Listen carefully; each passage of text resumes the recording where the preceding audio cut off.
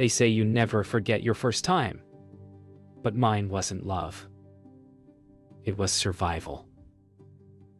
I was 16, cold and starving, my veins burning for something that felt like peace. What if your escape became your prison? The streets didn't whisper, they screamed. Engines growling, men's eyes cutting through the night. I told myself I had control, that this was just a phase, that tomorrow I'd quit. But tomorrow never came. The drugs made me weightless, then hollow, then gone. Every choice became a deal with the devil, wearing cheap cologne and counting cash in motel rooms. And somewhere between the first hit and the first man, I stopped being Lena. I became the habit itself. So here's the question that still keeps me awake. How far do you have to fall before you finally want to climb? The first time I sold myself, it didn't even feel real. It was like watching someone else through glass. Some stranger who looked like me, but didn't feel pain the same way. I told myself it was just money, that everyone trades something for survival. But when the car door shut and the world went quiet, I realized I'd traded something I could never get back. He didn't look at me, not really, just hands, motions, sounds I tried to drown with the promise of another high. The shame came later, slow and heavy, like the rain that night. I thought I'd done what I had to do, but that's how it starts. One night becomes two, then a habit, then a life. I started thinking less about tomorrow and more about the next fix. Time became elastic. Mornings bled into nights, nights into endless waiting. Eli said he loved me. But love doesn't come in powder form. We were partners in escape, chained together by the same hunger. We laughed sometimes, called ourselves survivors. But deep down, we both knew we were digging a grave with every needle. I'd watch the world blur past through dirty motel windows and wonder how many versions of me had already died. The artist, the daughter, the dreamer. Each overdose stole one more piece. When my mom called, I let it ring out. I couldn't face her voice, the hope still living in it. She thought I was at a friend's house, studying. If she only knew I was sleeping beside dealers and strangers, trying to forget what it felt like to be loved. Sometimes I'd stare at the phone after it stopped ringing, wondering how many more times she'd try. Every missed call was a small funeral between us. I told myself I'd make it right someday, when I was clean, when I could look her in the eye again. But someday never came, not then. That night, Eli didn't come back. I waited in the alley, counting the hours, the cracks in the wall, the sounds of the city, pulsing like a heartbeat. Fear crept in. Not for him, but for what it meant if he was gone. He was the only one who understood the silence, the guilt, the rush. When the sirens came, I knew something was wrong. They carried him out on a stretcher, face pale, lips blue. I wanted to scream, but nothing came out. The world just stopped.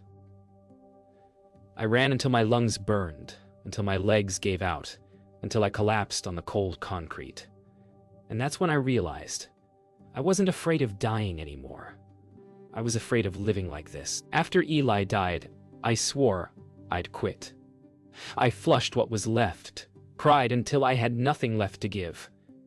But grief has its own gravity. It pulls you back no matter how far you run. I found myself in another alley, another deal. Another lie. The high wasn't even good anymore. It just kept me from feeling the crash. I told myself I was honoring him by staying numb. The truth? I just couldn't stand the silence. I started drifting from place to place. Strangers, motel rooms, empty promises. Every night felt like a replay of the same scene. Me, pretending I had control. The drugs pretending they cared. Days blurred into weeks. I stopped keeping track. Hunger didn't matter. Sleep didn't matter. Only that next fix. Sometimes I'd wake up in strange places, surrounded by people I didn't know, their faces gray and distant. We all spoke the same language: desperation. I'd laugh too loud, cry too fast, tell stories about the girl I used to be, pretending she was someone else. There were moments when I thought I saw Eli in the crowd. A trick of light, a shadow, maybe guilt itself.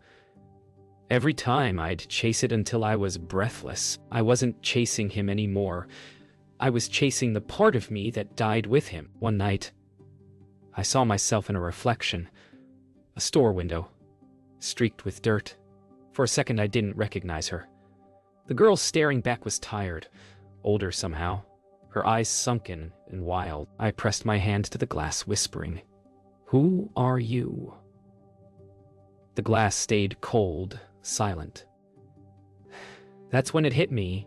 Addiction doesn't just steal your life, it steals your reflection. You forget how to see yourself without the haze. And once you lose that, you start believing you were never worth saving in the first place. When the money ran out, I started trading favors. You stop counting after a while. The nights, the names, the pain. It becomes a business, mechanical, detached. I told myself I didn't care, but each morning after, I'd scrub my skin raw, trying to wash away what couldn't be cleaned. I'd look at the bruises, the needle marks, the lies I told myself in the mirror. Every scar had a story, but none of them ended well. I didn't realize it then, but I wasn't surviving anymore. I was disappearing. The night I hit rock bottom, I wasn't even sure where I was. Just a parking lot behind some bar, my head against cold metal, my heart barely beating. The world spun, voices fading, sirens far away. I remember the stars overhead, blurry and distant, like they were watching me die. For a second, I wanted it to end. I wanted peace. But then, out of nowhere, I saw my mom's face in my mind. Her eyes the night she begged me to come home. And something inside me cracked open. I whispered her name, barely breathing. That's when the lights hit me, red and blue again. But this time, it wasn't the end. They said Eli was gone. But I kept hearing him, in the silence between heartbeats and the whispers of strangers offering me a fix. I thought maybe if I used again, I could bring him back. Just for a second. And that's how addiction lies. It tells you the past is one more hit away. I started hanging with a new crowd. People who laughed like they weren't dying, who made me feel less alone. But it was all surface, all smoke. They didn't care about me. They cared about what I could trade. Somewhere between their promises and my cravings, I realized betrayal doesn't always come from others. Sometimes it's you betraying yourself. One night, a girl named Kyra shared a hit with me. Said it was stronger, smoother. We sat together on a filthy mattress, our arms lined with bruises, talking about dreams we'd never chase. She told me she used to dance, that her mom still left the porch light on. I didn't tell her about mine. When she leaned back and smiled, I thought she'd fallen asleep. But then her hand slipped from mine, and she didn't wake up. I froze. I screamed her name until my throat bled. But she was gone, before help could come. That's the thing about this life. You don't even get goodbyes. Just bodies and silence. I ran that night, barefoot, wild, shaking. The sirens were coming, and I couldn't breathe. The guilt hit harder than any drug ever had. I saw her face every time I blinked, her voice echoing in my ears. "You're still here," she'd said before it happened. "So stay." But how do you stay when your whole world is made of ghosts? I found myself standing outside my mom's house, watching the lights through the window. I almost knocked, but the shame was heavier than the doorknob. I turned and walked away before she could see me. Another ghost in the rain. Word spread fast. The others blamed me for Kyra's death. Said I gave her the bad stuff. I swore I didn't, but nobody cared. I became the outcast, even among the broken. They stole my things, my stash, my name. I was nothing to them now.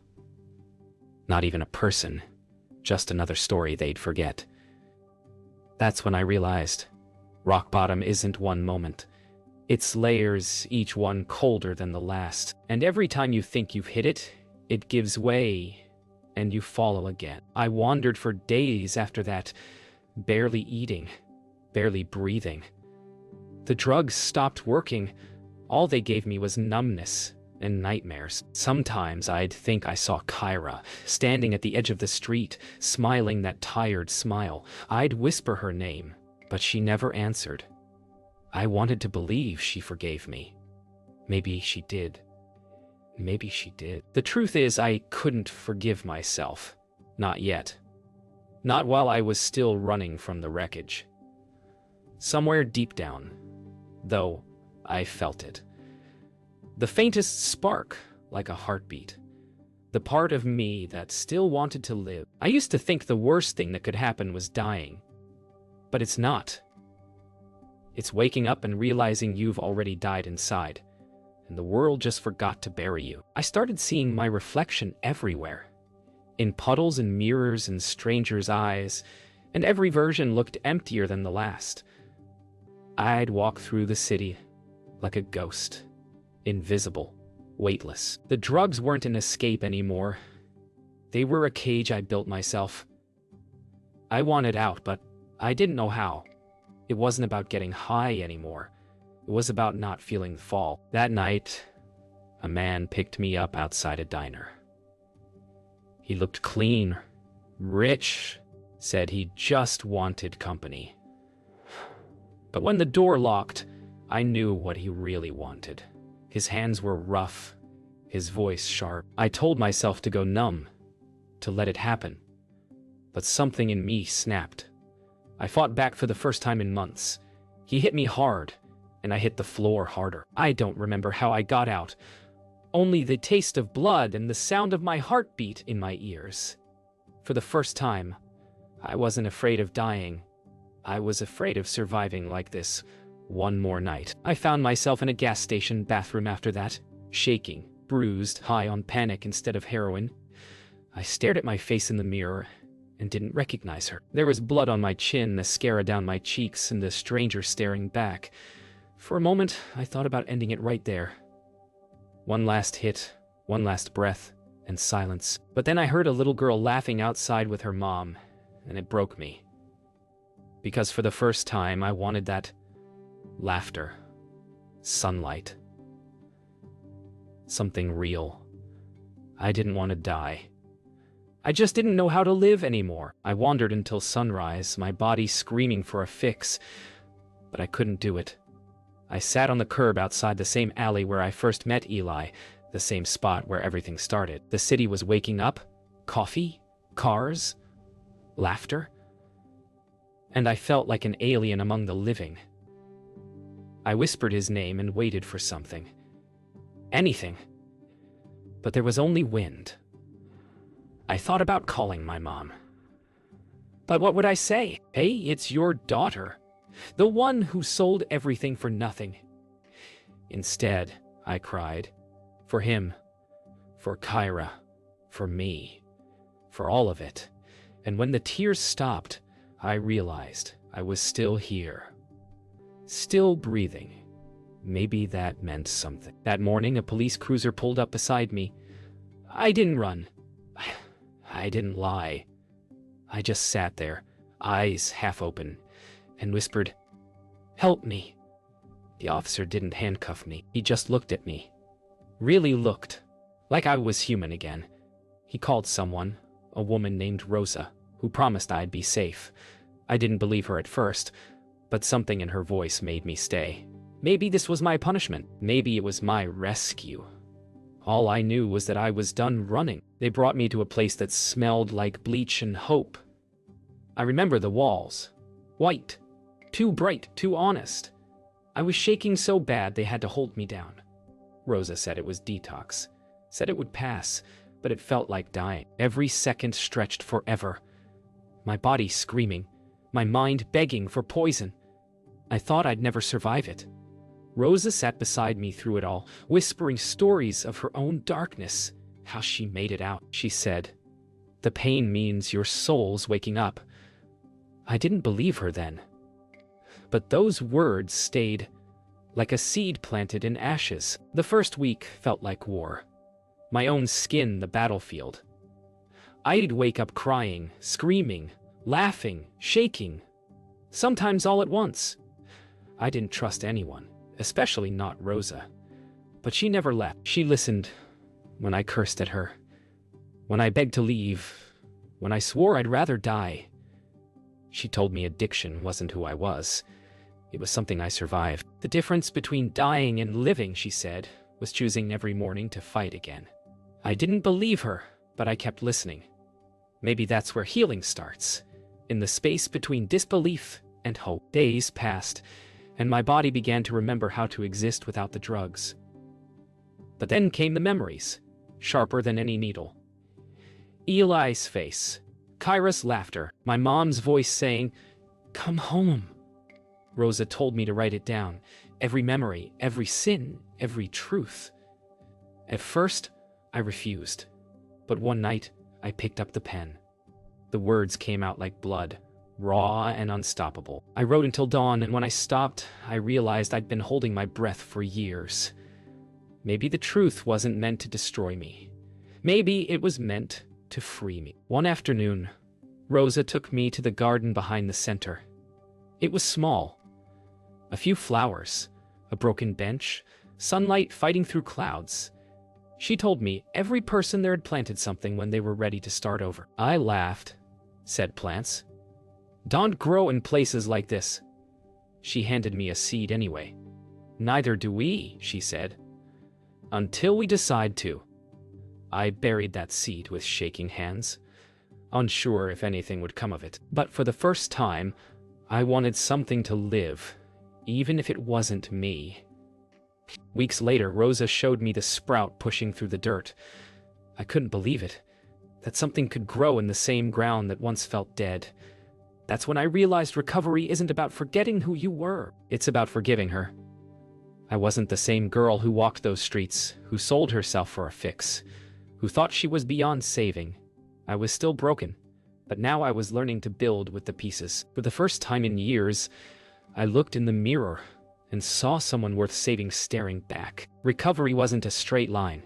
It was a maze, full of dead ends and mirrors that showed me who I used to be. Some mornings, I woke up grateful to breathe.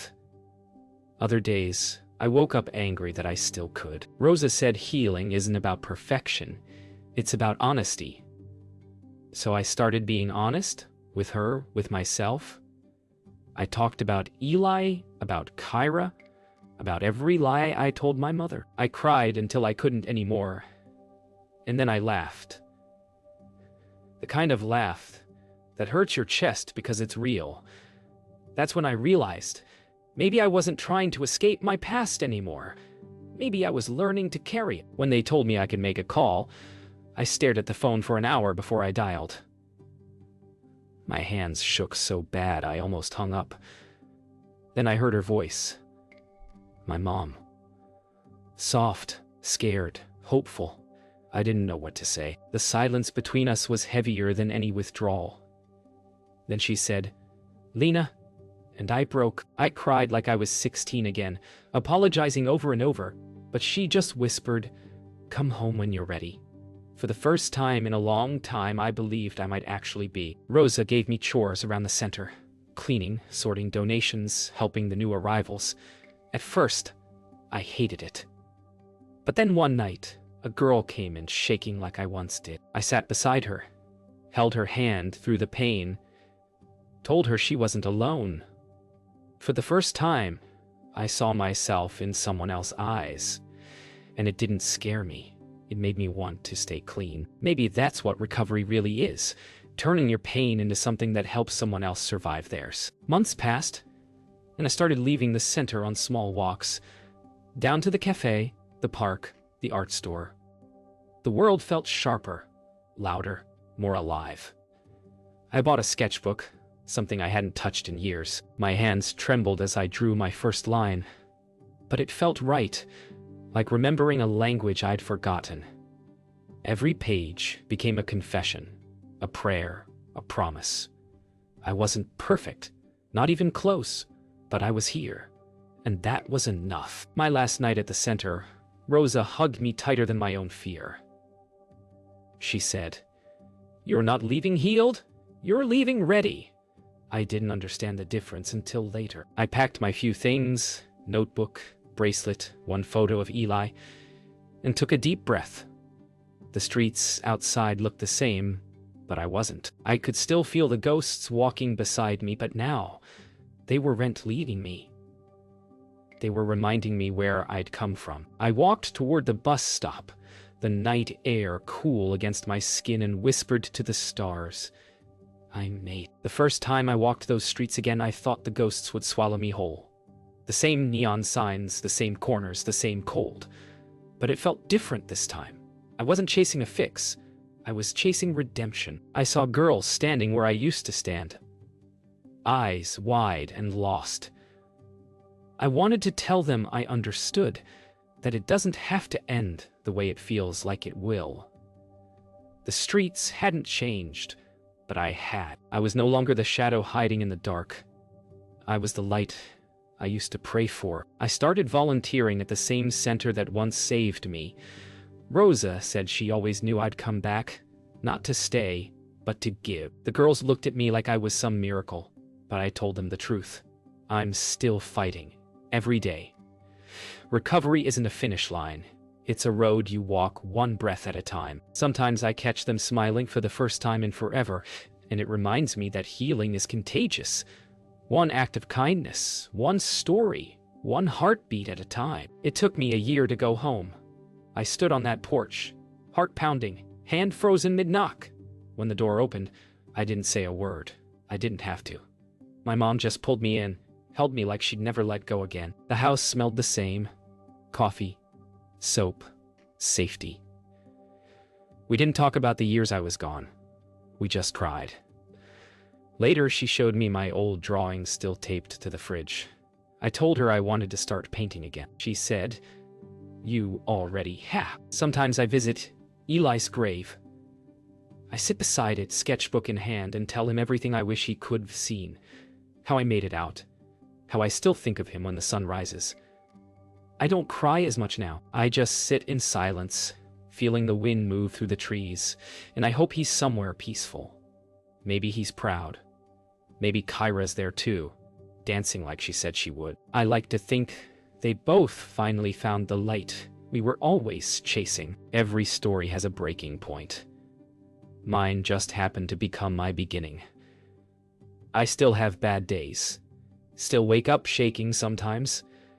But now I know the difference between pain and purpose. I walk the same streets that once destroyed me, carrying coffee, blankets, and hope. When I see a girl standing there, eyes lost like mine once were, I smile and say, "You're not alone."